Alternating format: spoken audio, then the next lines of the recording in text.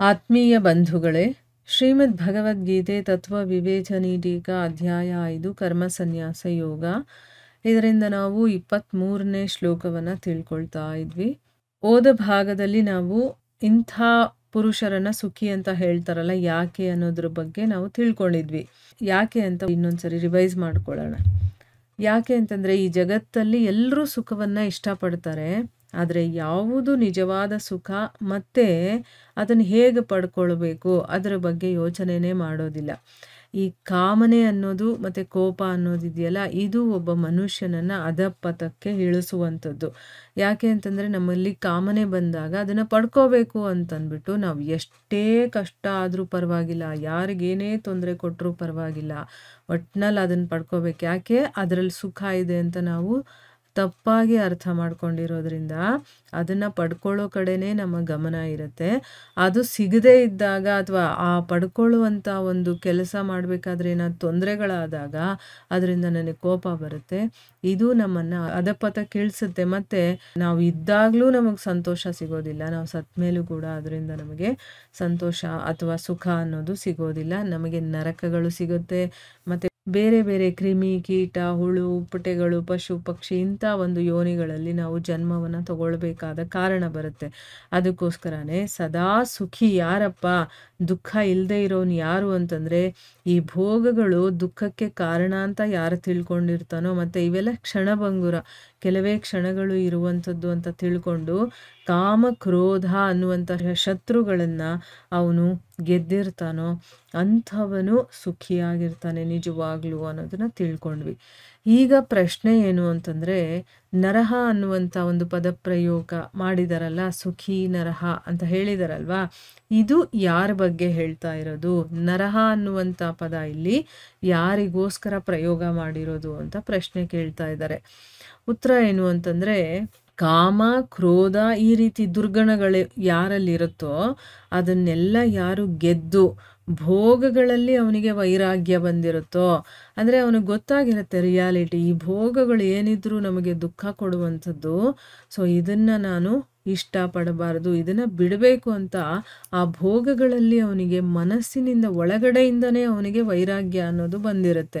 So ಅವನಿಗೆ ಯಾವುದರಲ್ಲೂ attachment ಇರೋದಿಲ್ಲ. ಆ ರೀತಿ ಅವನು ವೈರಾಗ್ಯಯುತನಾಗಿ ಆ ಭಗವಂತನನ್ನು ಯಾರು ಪಡ್ಕೊಂಡಿರ್ತಾನೆ ನೋಡಿ, ಅವನು ನಿಜವಾಗ್ಲೂ ನರ ಅಂತ ಅನ್ನಿಸ್ಕೊಳ್ಳೋದು, ಅವನು ನರನಾಗಿದ್ದಾನೆ ಅಂತ ಹೇಳ್ತಾರೆ. ಈ ನರ ಅನ್ನುವಂಥ ಶಬ್ದ ಇಂಥ ಮನುಷ್ಯರಿಗೋಸ್ಕರ ಅಂತಾನೆ ಇರುವಂಥದ್ದು.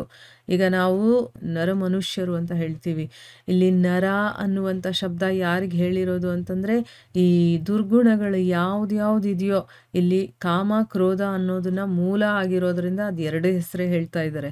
ಅದು ಎರಡೇ ಅಲ್ಲ, ಇನ್ನೂ ಬೇಕಾದಷ್ಟು ಅದರ ಅಕ್ಕ ತಂಗಿ ಅಣ್ಣ ತಮ್ಮ ಅಂತ ಅವ್ರ ಫ್ಯಾಮ್ಲಿನೇ ಇದೆ.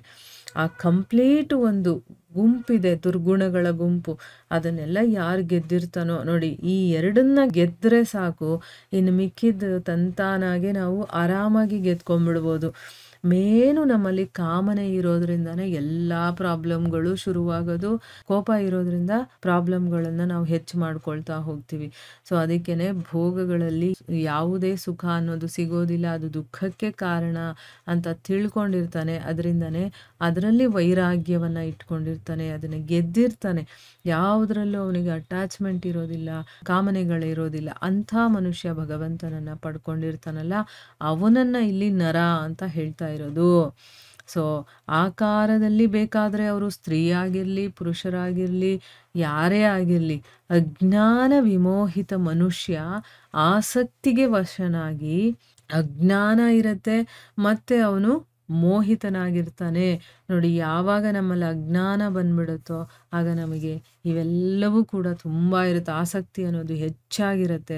ಅದರಿಂದ ಏನಾಗುತ್ತೆ, ನಮ್ಮ ಇಂದ್ರಿಯಗಳು ಮತ್ತು ಅದರ ವಿಷಯಗಳಿರುತ್ತಲ್ಲ, ಅದರ ಒಂದು ಪ್ರಲೋಭನೆಗೆ ಸಿಕ್ಕಾಕೊಂಡು, ಈಗ ಕಣ್ಣು ಅದರ ವಿಷಯವನ್ನು ನೋಡಿದಾಗ ಆ ವಿಷಯ ನಮಗೆ ಪ್ರಲೋಭನೆ ಕೊಡುತ್ತೆ. ಅಂದರೆ ನನ್ನನ್ನು ಭೋಗಿಸು ಅಂತಂದ್ಬಿಟ್ಟು ಅದು ಹೇಳುತ್ತೆ. ತಿನ್ನೋ ವಿಷಯದಲ್ಲಿ ನಾಲಿಗೆಗೆ ಪ್ರಲೋಭನೆ ಕೊಡುತ್ತೆ.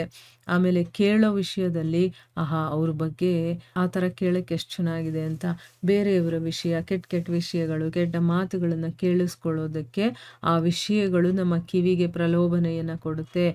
ಆ ಒಂದು ಪ್ರಲೋಭನೆಯಲ್ಲಿ ಸಿಕ್ಕಾಕೊಂಡು ಆ ಪರಮಾತ್ಮನನ್ನೇ ಮರ್ತು ಹೋಗ್ತಾನೋ. ಅಂದರೆ ಇಲ್ಲಿ ಅಜ್ಞಾನ ಇರೋ ಕಾರಣದಿಂದ, ಜ್ಞಾನ ಅಥವಾ ತಿಳುವಳಿಕೆ ಇದ್ದಾಗ ನಮಗೆ ಗೊತ್ತಿರುತ್ತೆ. ಯಾಕೆ? ನಮ್ಮಲ್ಲಿ ವಿವೇಕ ಅನ್ನೋದಿರುತ್ತೆ. ಓ ನಾನು ಮಾಡ್ತಾ ಇರೋದು ತಪ್ಪು, ನಾನು ಕೇಳ್ತಾ ಇರೋದು ಸರಿ ಇಲ್ಲ, ಇದನ್ನು ನಾನು ಕೇಳಿಸ್ಕೋಬಾರ್ದು, ಇದನ್ನು ನಾನು ಮಾತಾಡಬಾರ್ದು, ಈ ರೀತಿ ನಾನು ನಡ್ಕೋಬಾರ್ದು ಅನ್ನೋದು ನಮಗೆ ಗೊತ್ತಿರುತ್ತೆ. ಆಗ ನಾವು ಎಚ್ಚೆತ್ಕೊಂಡು ಆ ರೀತಿ ಮಾಡೋದಿಲ್ಲ. ಆದರೆ ಯಾವಾಗ ನಮ್ಮಲ್ಲಿ ಜ್ಞಾನನೇ ಇರೋದಿಲ್ವೋ ಅವಾಗೇನಾಗುತ್ತೆ?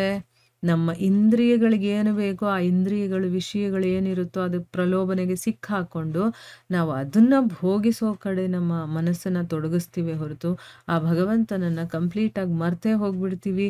ಮತ್ತು ಕಾಮಕ್ರೋಧಾದಿಗಳ ಪರಾಯಣನಾಗಿ ಯಾವಾಗಲೂ ಕಾಮಕ್ರೋಧಗಳಲ್ಲೇ ಮುಳುಗಿದ್ದು ನೀಚ ಪಶುಗಳು ಮತ್ತು ಪಿಶಾಚಿಗಳ ಹಾಗೆ ಆಹಾರ, ನಿದ್ರೆ, ಭಯ, ಮೈಥುನ ಮತ್ತು ಕಲಹಗಳಲ್ಲಿ, ಅಂದರೆ ಜಗಳ ಮಾಡೋದು, ಕಾದಾಡೋದು, ಒಬ್ರಿಗೊಬ್ರು ಗುದ್ದಾಡ್ಕೊಳ್ಳೋದು, ಇದರಲ್ಲೇ ಇರ್ತಾನಲ್ಲ ಅಂಥವನು ನರನೇ ಅಲ್ಲ ಅಂತ ಹೇಳ್ತಾ ಇದ್ದಾರೆ. ಅಂದರೆ ಕಾಮಕ್ರೋಧಗಳನ್ನು ಯಾರು ಗೆದ್ದಿರ್ತಾನೋ ಅವನು ನರ. ಅದನ್ನು ಬಿಟ್ಬಿಟ್ಟು ಈಗ ಮನುಷ್ಯರಿಗಿಂತ ಕೆಳಮಟ್ಟದ ಜೀವಿಗಳು, ಪ್ರಾಣಿ ಪಕ್ಷಿಗಳು ಇವೆಲ್ಲ ಏನು ಮಾಡುತ್ತೆ? ತಿನ್ನುತ್ತೆ, ಮಲಗುತ್ತೆ, ತಮ್ಮ ಇಂದ್ರಿಯ ಸುಖಗಳನ್ನು ಅದು ಪೂರ್ತಿ ಮಾಡಿಕೊಳ್ಳುತ್ತೆ, ಭಯ ಪಟ್ಕೊಳ್ಳುತ್ತೆ, ಒಂದಕ್ಕೊಂದು ಕಿತ್ತಾಡುತ್ತವೆ. ಇಷ್ಟು ಬಿಟ್ಟರೆ ಬೇರೆ ಏನಾದರೂ ಮಾಡುತ್ತಾ? ಇಲ್ಲ. ಆದರೆ ಮನುಷ್ಯನಿಗೆ ಮಾತ್ರ ಒಂದು ಸ್ಪೆಷಲ್ ಒಂದು ಶಕ್ತಿಯನ್ನು ಕೊಟ್ಟಿದ್ದಾನೆ. ಯೋಚನೆ ಮಾಡೋದು, ನಾವು ಆಧ್ಯಾತ್ಮಿಕದಲ್ಲಿ ಸಾಧನೆ ಮಾಡೋದು, ಇದನ್ನೆಲ್ಲ ಕೊಟ್ಟಿದ್ದಾನೆ. ಅದನ್ನು ಮಾಡಬೇಕಲ್ವ ನಾವು. ಅದನ್ನು ಮಾಡಲಿಲ್ಲ ಅಂತಂದರೆ ಅವನು ನರ ಅಲ್ಲ, ಅವನು ಕೂಡ ಪ್ರಾಣಿನೇ ಅಂತ ಅನ್ನಿಸ್ಕೊಳ್ತಾನೆ. ಅದಕ್ಕೆ ಇಲ್ಲಿ ಹೇಳ್ತಾ ಇದ್ದಾರೆ, ಅಂಥ ಮನುಷ್ಯನನ್ನು ನರ ಅಂತ ಹೇಳೋದಿಲ್ಲ. ಅವನನ್ನ ಏನಂತ ಹೇಳ್ತಾರೆ? ಬಾಲ ಮತ್ತು ಕೋಡು ಇಲ್ಲದೆ ಇರುವಂಥ ಒಂದು ಅಮಂಗಳ, ಅಂದರೆ ಕೆಲ್ಸಕ್ಕೆ ಬರದೇ ಇರುವ ಮತ್ತು ಜಗತ್ತಿಗೆ ದುಃಖವನ್ನು ಕೊಡುವಂತಹ ಪಶುಗಿಂತಲೂ ಕೀಳಾಗಿರುವಂಥ ಒಂದು ಜಂತು ವಿಶೇಷವಾಗಿದ್ದಾನೆ ಅಂತಲೇ ತಿಳ್ಕೊಬೇಕು. ಅವನು ಒಂದು ಜಂತುನೇ, ಅಂದರೆ ಒಂದು ಪ್ರಾಣಿನೇ. ಪರಮಾತ್ಮನನ್ನು ಪಡೆದಂತಹ ನಿಜವಾದ ನರನ ಗುಣಗಳನ್ನು ಮತ್ತು ಆಚರಣೆಗಳನ್ನು ಲಕ್ಷ್ಯದಲ್ಲಿ ಇಟ್ಕೊಂಡು ಕಾಮಕ್ರೋಧಾದಿ ಶತ್ರುಗಳ ಮೇಲೆ ವಿಜಯವನ್ನು ಪಡೆದಂಥ ಸಾಧಕರಿರ್ತಾರಲ್ಲ, ಅವರೇ ನರರಾಗಿದ್ದಾರೆ. ಈ ಒಂದು ಭಾವದಿಂದ ಇಲ್ಲಿ ನರ ಅನ್ನುವಂಥ ಶಬ್ದದ ಪ್ರಯೋಗವನ್ನು ಮಾಡಿದ್ದಾರೆ. ಇಲ್ಲಿ ನರ ಅಂದಿದ ತಕ್ಷಣ ಮನುಷ್ಯರ ಬಗ್ಗೆ ಹೇಳ್ತಾ ಇದ್ದಾರೆ ಅಂತಲ್ಲ.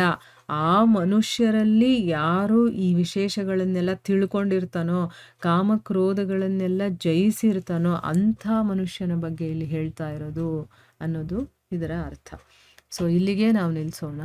ಹರೇ ಕೃಷ್ಣ.